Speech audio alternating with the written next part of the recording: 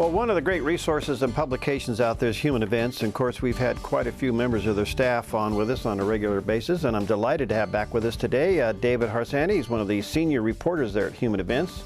Perhaps you've even read some of his work at the Wall Street Journal and the Washington Post, the Weekly Standard. He gets around, and today we want to talk to him about the next steps of the Obama administration. And David, nice to have you with us today. Thanks for having me. Pleasure.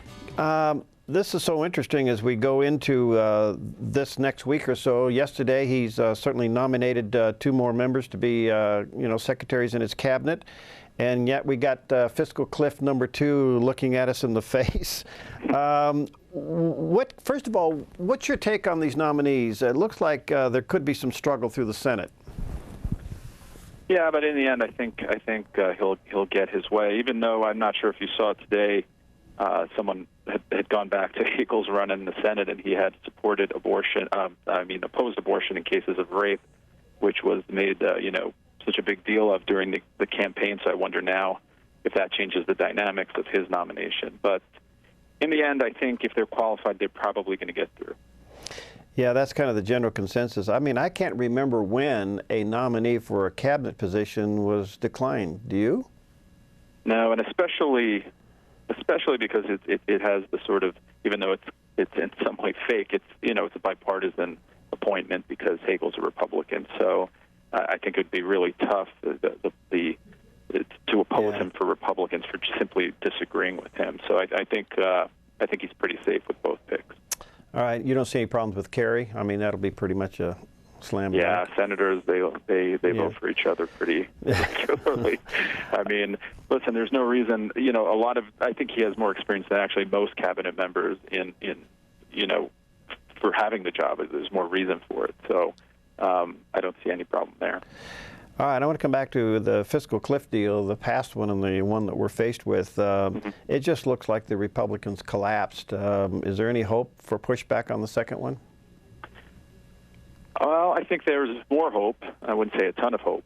I think the election sort of undermined any ability or had taken any leverage Republicans might have had in trying to win a fiscal cliff deal. I mean, I think it was an awful deal because it was supposedly for debt reduction, but it raised the debt $4 trillion at least. So that was terrible. But moving forward, I think Republicans have a better argument because they can say, listen, you've already raised taxes on the rich. What's next? Are we ever going to have any reform here? But in the end, it's tough to fight the president on these things. I don't think Republicans will be willing to not raise the debt ceiling because it could mean some sort of devastating things for the economy. Though there were some other fights over sequestration and the budget where perhaps they can get a little bit more. But I don't have high hopes for them doing much for the long term as far as debt goes or any sort of tax reform. If they've allocated the spending, don't they have to automatically raise the debt limit?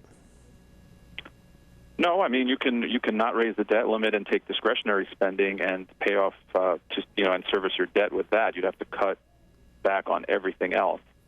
So, but I don't think that's going to happen. I just don't believe Republicans will let that happen because it doesn't play well. It won't play well with the public, even though many support the idea of a debt ceiling. I don't know if they understand the consequences of not raising it.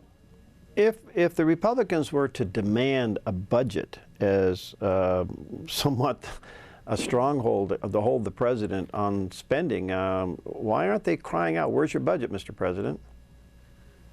Well, some are. I just don't think it's gained much traction with the public. And, they've been complaining about the Senate not coming up with a budget for a long time. And they might try to use that now. I think that they have a very good case at a budget. At the very least, we should know what we're spending our money on and deal with these things. The problem, I think, though, is that I don't think Republican leadership's done a very good job, and I don't have any hopes that they're going to start doing a better job in convincing the public that they have the higher, the moral high ground here when it comes to spending. They're just not making the case effectively to the American people, and I think that's where it starts. I don't know how that changes. I guess you'd need new people or you'd need a new sort of plan on how to approach it. But to me, it just seems like we're replaying the same argument over and over, and Republicans keep losing. Yeah, I would agree with you.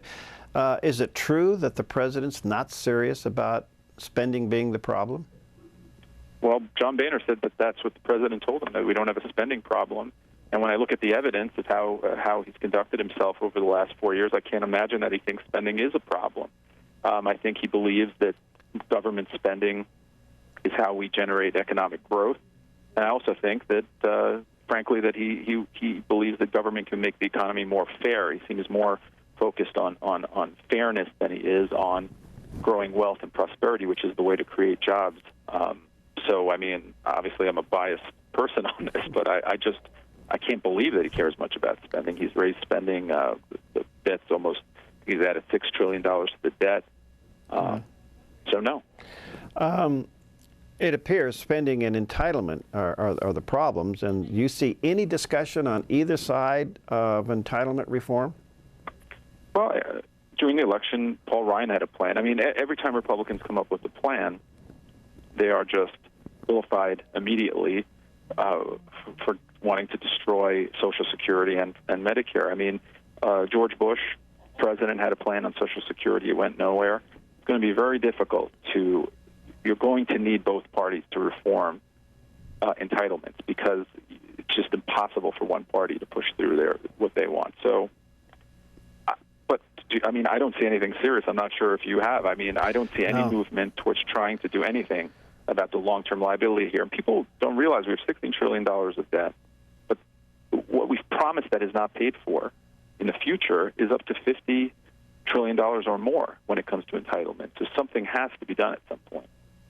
Well, we're just kicking the can down the road, as we all know, so sooner or later we're going to be dealing with this. But what seems to be so amazing to me is that the president, even though he talks about a balanced and responsible approach to all of these things, he's basically gotten 100%.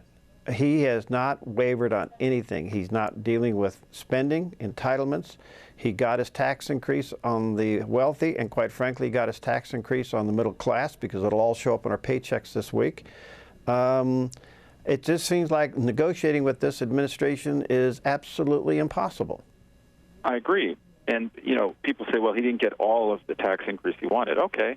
But the Republicans surrendered on, you know, a foundational issue for them, something that they're always fighting for, that, you know, we're not going to raise taxes. So they gave in. What did the president give in on? Nothing. He did not cut spending. We're spending $330 billion more after this last deal. He's raised the debt $4 trillion. And by the way, the CBO forgot to, you know, they do estimates on how much things cost, and they forgot to calculate that it's going to cost around $600 billion to service the debt that we're talking about. So what has he given in on? Nothing. And I mean, then why should he if he continues to beat the opposition and they can never hold strong on it? I mean, it's really, in the end, Republicans' fault for not fighting harder for these things, I think. Well, I'm just wondering why the Republican caucus, and I'm just going to think out loud for a moment, Sure. Why haven't they sat down, come up with a message that they know is a winner, and go on all the talk shows? Why isn't Boehner on Rush Limbaugh? Why isn't he on Michael Savage? Why isn't he on this show or a bunch of other shows? Why aren't they using what pulpit they do have to get their message out to begin to turn things around? That's a good question. I mean, part of it might be that they don't like to answer certain questions from folks who aren't, like yourself, who just ask some tough questions. That might be that's something politicians do quite often. And maybe they just don't have a message that they think will work, because, here's the thing. I mean, as you know, there's a split in the Republican Party, as there are in almost every party. There's a conservative contingent that doesn't like to want to raise taxes at all. But I think they'd be willing to compromise if they could see something on the other end, which they don't. They're called lunatics and crazies, but I actually think they make a very strong point. And the problem is, I think that the leadership has not done a good job, and they don't really have a very convincing argument or charismatic leaders to present those arguments. I just don't know why there isn't like a Netanyahu moment where you stand up in front of the cameras with a chart and say, here's the red line and this is where he wants to go. I mean, you could turn this into a visual that could really backfire on the administration, but there doesn't seem to be any fortitude there. I don't know. It's pretty frustrating. I agree. Hey, David, thank you. I mean, we try to look for hope, but really it's hard to find it with the situation as it is, Well, we'll keep praying and hoping. Hey, thanks, David, and the best to you and your staff there. You guys do a great job. Thanks for having us. Appreciate it. Let us have you today. Okay, we'll be right back.